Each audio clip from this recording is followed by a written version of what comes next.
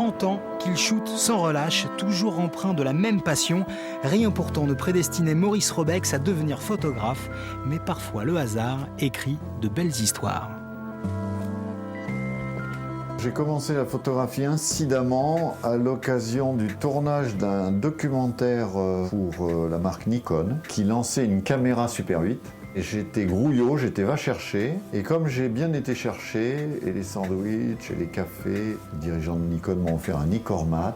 Et c'est mon premier appareil photo et je commence à faire des photos. Une fois les techniques apprivoisées, Maurice Robex se lance dans la photo artistique. Mon apprentissage passe beaucoup par le fait de prendre des photos, mais aussi d'apprendre de grands photographes. Et donc je me plonge dans des travaux de messieurs Cartier-Bresson, Ernst Haas, plein de grands noms de la photo. J'ai un mentor dans ce métier, un maître qui s'appelle Jean-Paul Janssen, qui nous a quittés, qui était un des pionniers de la caméra à la main, un grand reporter de guerre. Quelques escapades minérales et c'est le grand plongeon dans l'univers aquatique. Mon mentor dans la photographie aquatique, c'est celui qui reste pour moi le plus grand, c'est-à-dire Don King. C'est quand même quelqu'un qui a eu fait sa première couverture de Surfer Magazine à 15 ans, qui était champion de natation de l'État d'Hawaï, champion de water polo, pour lequel j'avais beaucoup d'estime avant même de le rencontrer. Mes premières séances de photo aquatique, c'était très simple. On était dans la maison de Jerry Lopez, je voyais Don King préparer son caisson, je préparais le mien. Don King se mettait à l'eau, je me mettais à l'eau, et ensuite, Don King nageait dans cette direction, je nageais dans cette direction. Moi, je ne savais pas pourquoi, mais je savais que lui, il savait. Et donc, j'ai réalisé comme ça quelques images, dont une qui a fait la couverture de mon premier livre sur le surf, avec VTA David. En adorateur du sport des rois, il signera 2 autres ouvrages photographiques dédiés à ce qui deviendra son home spot de cœur.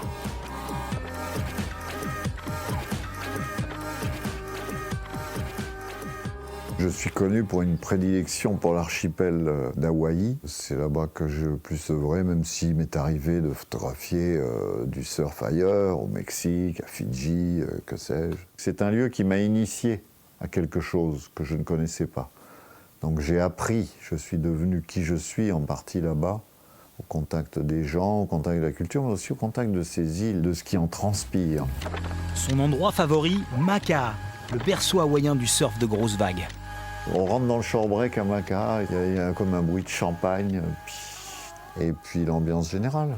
Maka'a, c'est un lieu aussi intéressant parce que c'est un lieu où se superposent 2 mondes, le monde nord-américain contemporain et l'ancien monde d'Hawaï. Aujourd'hui photographe accompli, Maurice Robex a commencé sa carrière en tant que monteur. Une expérience qui le conduira plus tard à collaborer sur des productions comme La Nuit de la Glisse par exemple, ou Ushuaïa. Et puis c'est sa rencontre avec Patrick Edlinger, la légende française de l'escalade, qui donnera naissance à de superbes documentaires comme Opéra vertical ou Escalade sur un monde précieux. Simultanément avec le surf, j'ai beaucoup œuvré. À une époque, je faisais de l'escalade et de l'alpinisme en compagnie de Patrick Edlinger, avec lequel j'ai passé beaucoup de temps.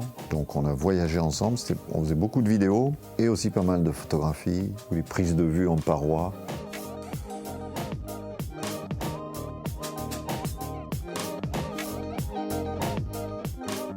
De la même façon que les vagues font voyager dans des lieux improbables parfois, l'escalade, l'alpinisme aussi. On se retrouve dans des endroits totalement perdus juste pour quelques dizaines de mètres carrés de surface verticale qui présentent un intérêt particulier. Des Alpes aux plus belles parois d'escalade de la planète, du Pays Basque aux plus belles vagues du monde, de sa Corrèze natale aux réserves Sioux du Dakota du Sud, un vaste terrain de jeu avec toujours comme point d'orgue les rencontres. J'ai eu la chance de rencontrer des belles personnes qui m'ont marqué, qui m'ont impressionné, pour qui j'ai eu une forme d'admiration. Non pas toujours pour leurs exploits, mais pour une forme d'intégrité, parfois de sagesse. Beaucoup de portraits, très souvent en noir et blanc, de vieux sages ou de jeunes gâchettes qui comptent aujourd'hui parmi ses œuvres les plus célèbres. Au bout du compte, ce que j'aime, c'est le contact, c'est le feeling. Mais ce qui est très intéressant dans le portrait, c'est qu'on ne fait jamais le portrait de quelqu'un. On fait le portrait de la situation qu'on a créée avec cette personne. Je sais aujourd'hui que je ne fais pas le portrait de telle ou telle personne, je fais le portrait du moment qu'on est en train de passer ensemble. Autant de souvenirs impérissables immortalisés sur papier glacé. Pour un photographe, évidemment que le nec plus ultra, c'est la production d'un livre. Parce que, d'abord l'objet, le livre, ça dure, c'est fait pour durer. Puis c'est un exercice de liberté. Souvent, on a les coups des franges pour faire sa propre sélection, pour avoir le final cut.